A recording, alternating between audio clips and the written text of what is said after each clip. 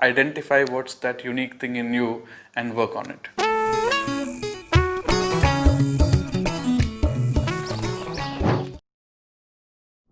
Hello everyone, welcome back. One of my favorite topics, sports. It was 1968 Olympics to be held in Mexico City. Around 80,000 people were looking down from their seats, and they did not know that they are not only going to witness a world record but also a revolution in a sport. Till few years earlier, nobody in the world of athletics knew about Douglas Fosbury. He was just one of the school kids who was interested in the track and field events. And in fact, in one of the school events, he wanted to participate in high jump, and he was disqualified because of the minimum height qualifier. As we all know, that high jump is a pretty straightforward event where you have to just throw your body over the bar and then crash onto the landing pit, which is on the other side. Now, this was the time when Fosbury's school became one of the first schools to introduce the landing pit, which is made up of foam.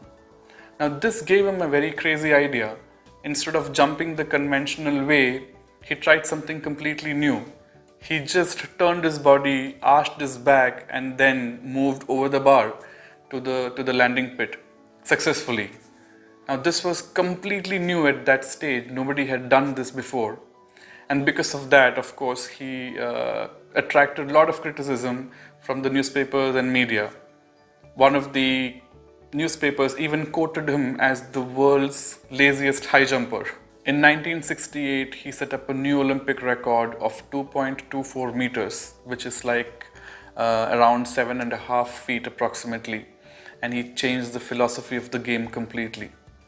And later on, this technique was also called as Fosbury flop, which became the one and only way to jump for all the high jumpers in the future. If your environment changes, your approach also has to change. And this is a typical example where even when the landing pit changed to foam, there were still people who were using the old style to jump, till Fosbury came into the picture and changed the rule of the game. Always be willing to experiment something new, some new ideas, if you are serious about discovering what's best for you. Every one of us has something extremely special. It is just a matter of discovering what it is and working on those. Like Fosbury did, he created his own jumping style. It's time for us to create our jumping style, identify what's that unique thing in you, and work on it. Thank you.